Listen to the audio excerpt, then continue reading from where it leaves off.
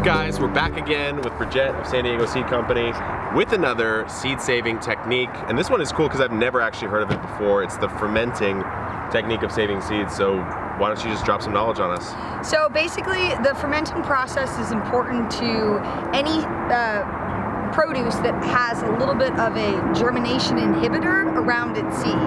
Most notably is the tomato. You know how when you're eating a sandwich and the seeds squirt out and there's that little gelatinous thing? Yeah. It's like a little gel sac or something like that. Yeah. That's actually a germination inhibitor that Mother Nature came up with because she's awesome. Yeah. And it keeps the seeds from sprouting inside the tomato. Is that because, are you going to see that on plants that have a very moist inner tissue? Yep. Because otherwise it's water, so it would germinate itself. Exactly, exactly.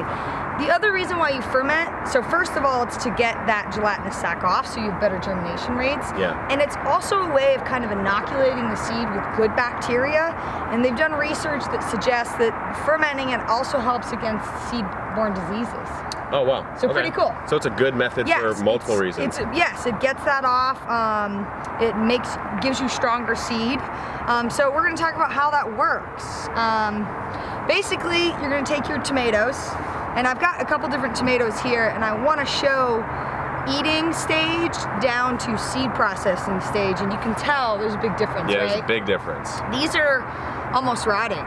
Yeah. And the reason why you do that is because think about how it would work in nature. The tomato would be on the plant, it would over-ripen, it would fall to the ground, and it would rot. Yeah. And we have to replicate. Yep, exactly. The process of Mother Nature. Yeah, let's take a look at the close-up of it real quick. So I want to show you the progression of the tomatoes at the different stages. We've got eating stages here, right? And then we've got them over-ripening to the point where they're basically rotting.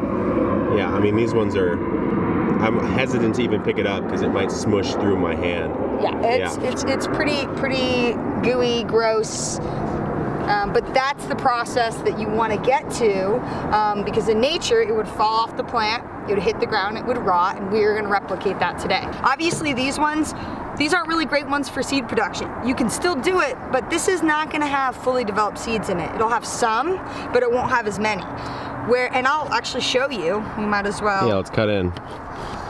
And you can see. This is an eating tomato. Yeah. This is great for eating. They're not all completely developed. There's a good portion of them.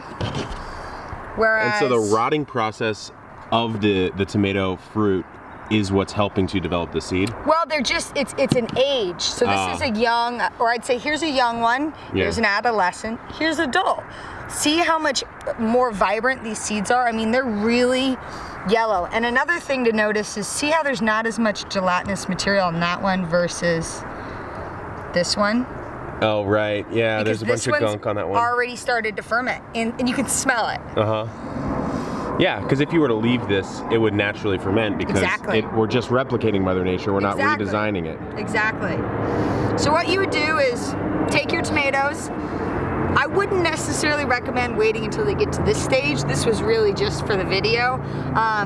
But once they get to the point where they're kind of squishy. So let's get in close. Let's see what's that texture we're looking for. Squishy, little bit, they're overripe. They've been sitting for too long.